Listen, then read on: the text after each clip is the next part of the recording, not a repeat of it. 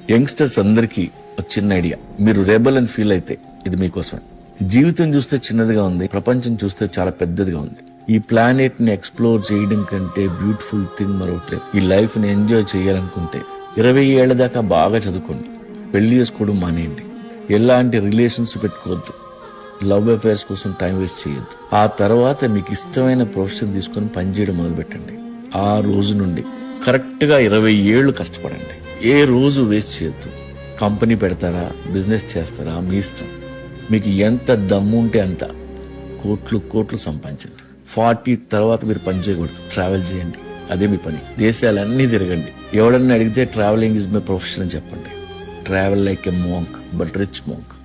లేదు నేను కొడుకుని గంట, వాడికి మార్కులు తక్కువ వస్తే స్కూల్కి వెళ్ళి ప్రిన్సిపల్ ముందు వీపీలా నించుంటా అంటే నీ ఇష్టం.